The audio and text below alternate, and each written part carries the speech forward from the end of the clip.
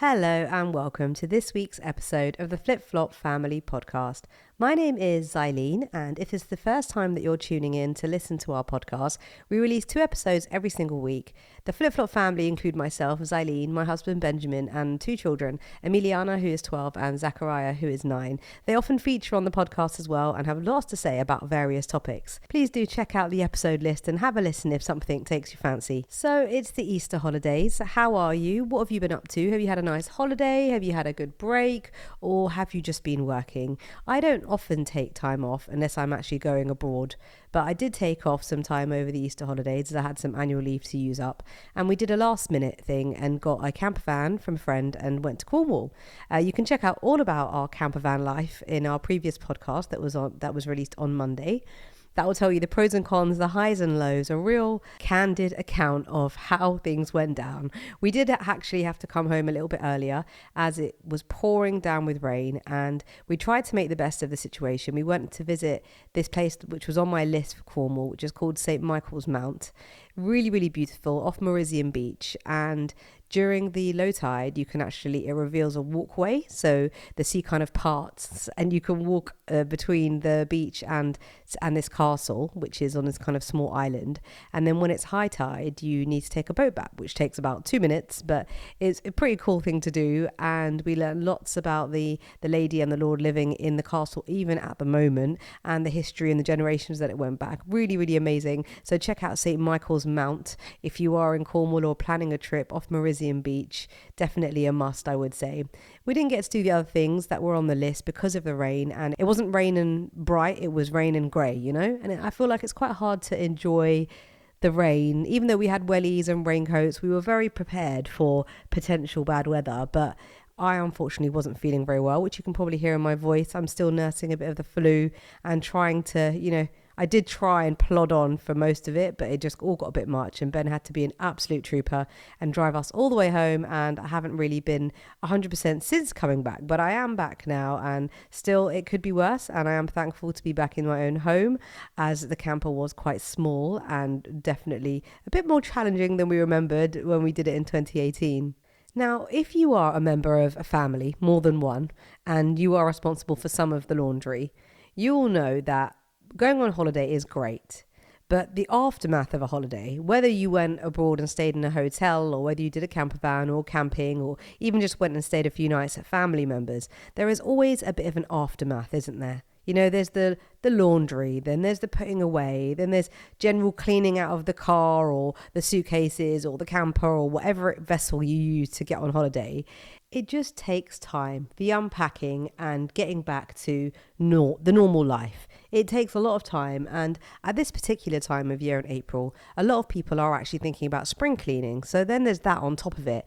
And it's so strange, isn't it, how every year at this time, I don't know whether it's because of the term spring cleaning, maybe you're hearing people say it, maybe it's sort of the media or seeing stuff on TV, but you feel to clean. You look around your house and all of a sudden you see things in your space that could do with a little clean, a little dust, getting covers off sofas, putting them in the wash, just washing coats maybe that haven't been washed for a while. There's just always seems to be a whole load more washing to do around April time. It's almost like your eyes just open a little bit more to the dust and the dirt, and you sort of see these corners that perhaps you didn't see, those crevices and that dirt, and it's time to clean.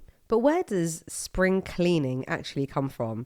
It seems to have roots in various cultural and religious practices, particularly the Iranian festival of Nowruz, which I have mentioned before, Jewish preparations of Passover. It's also in the Chinese and other cultures, and also Christianity. Persian New Year actually coincides with the first day of spring, and there is a tradition known as Khane Tkani, which basically means shaking the house, which I quite like. Although I celebrate Nowruz, I must admit I didn't actually know that term. Khane Tkani.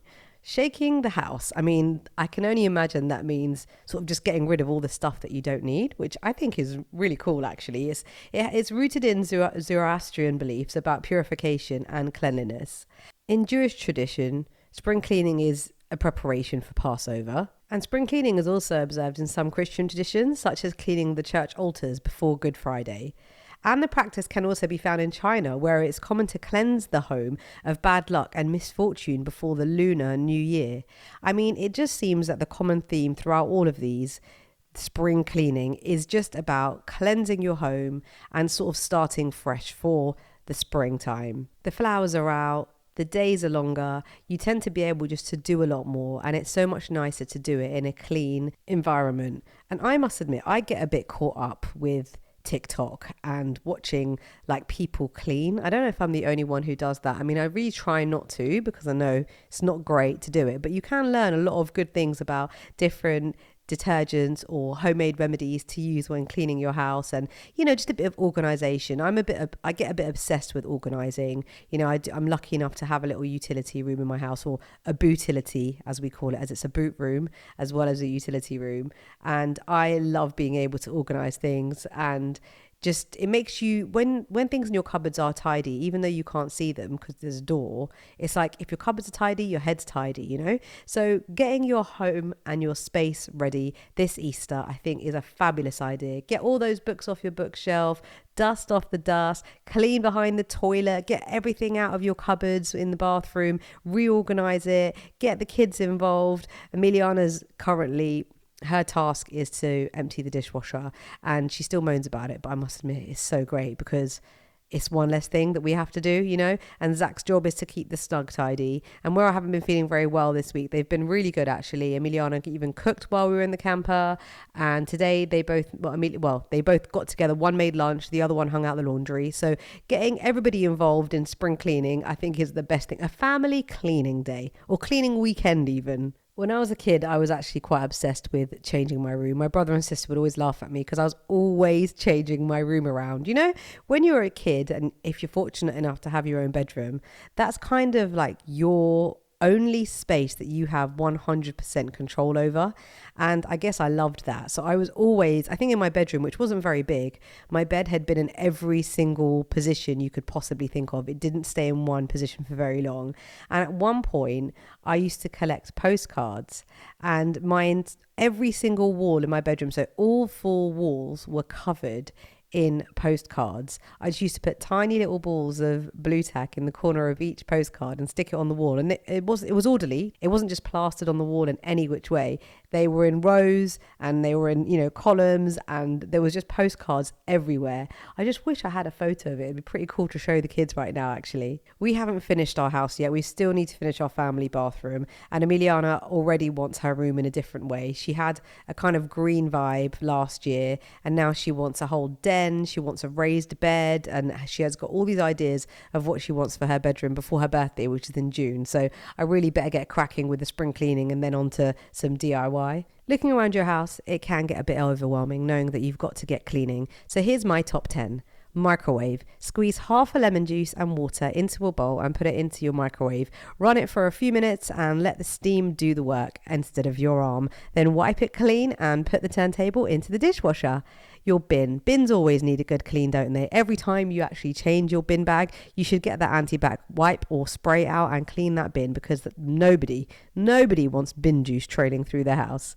Your fridge. Empty out everything. Get rid of stuff that has an expired date. I don't know how stuff ends up going off so quickly in the fridge. I feel like I just put stuff in there and then it goes off. So remember, chuck everything in the bin and get those shelves out. Wash it in the sink and dry them and put them back in. Your washing machine. You can put some vinegar into the detergent drawer and half a cup of baking soda into the drum, and then run your washing machine to just give it a nice good clean for spring. Your car. I know that's not in your house, but I feel like my car definitely gets neglected. So get the kids out there to do the car. That's what I think. Make them fill up all the rubbish. Get all those old parking tickets that you normally have sitting on your dashboard, the old boxes of tissues and empty chewing gum wrappers. Get it all clean. Get a nice little air freshener in there so that every time you get in your car, you smell good, you feel good. Your dishwasher. You can also put 1 cup of vinegar into your dishwasher, or you can buy those dishwasher cleaning packs that you just pop into the dishwasher, run a cycle, and it cleans out for you. windows. You can use some rubbing alcohol and water 50-50 into a spray and use a microfiber cloth to make your windows look nice and clean. And remember that when you look out your windows, if it's nice and clean, just like cleaning your glasses, you're going to feel like you can really see and enjoy life. Walls always need cleaning, and I think they get neglected. So you can put a microfiber cloth onto like one of those mops that you might use in the house that you put a wipe on the end of. Just attach a microfiber cloth and you can go around your walls and get rid of all the dust that has piled up on them. Kitchen cabinets, I feel like I am constantly cleaning my kitchen cabinet doors. I don't know whether it's because we're open plan or what it is, but I just feel like they always get dirty. So using any microfiber cloth, perhaps some I use different sprays all the time. Sometimes I use an all-purpose spray, sometimes I then sort of go and use a polish spray. I must admit I haven't found the one that works the best for me, but I just try different ones each time, and usually it does clean it. Microfiber cloths obviously are the way forward, but then once you've done all this cleaning, what do you do with all your microfiber cloths? You chuck them all into the wash at the same time. Don't waste money and keep buying new ones. Just make sure you wash them. And hopefully with those top 10, you can feel like you can move forward into the month of May feeling like your house is nice and clean and serene. Since we're talking about spring cleaning, I have to tell you that my game changer is all about cleaning my glass induction hob.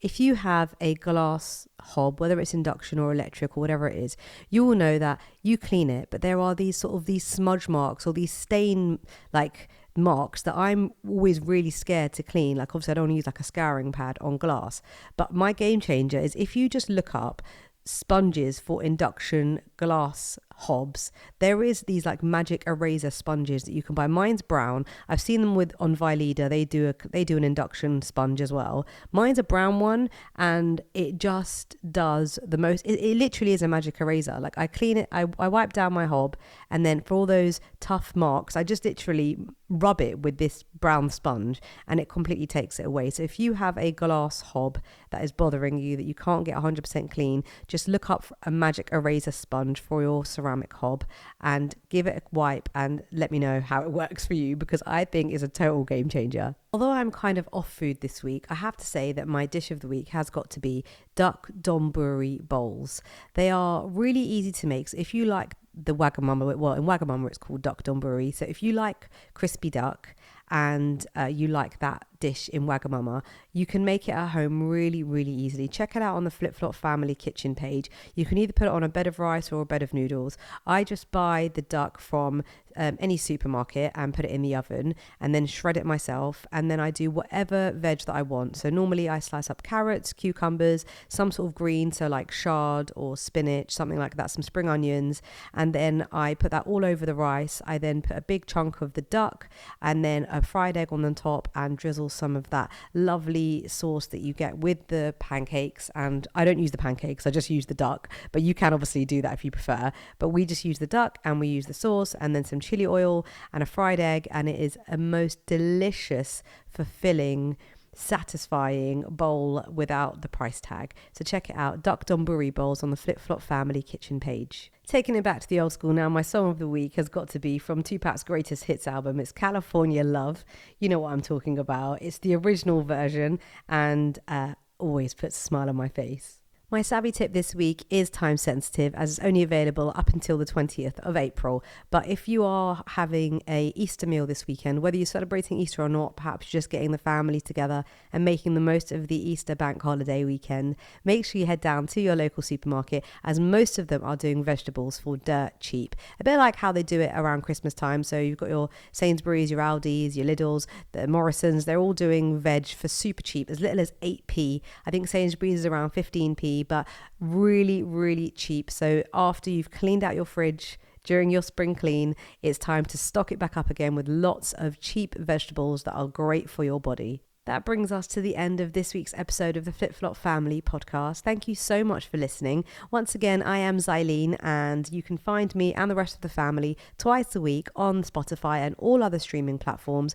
You can check out our Instagram channels, the Flip Flop Family, the Flip Flop Family Kitchen, the Flip Flop Prop, amongst others. If you are enjoying what you hear, please do comment, click a like button, let us know if there's any other content that you would like to hear. And remember, if you click the alarm bell on Spotify, it will let you know every time we release a brand new episode. I hope you have a wonderful Easter and an amazing weekend, and thank you so much for listening. Bye bye.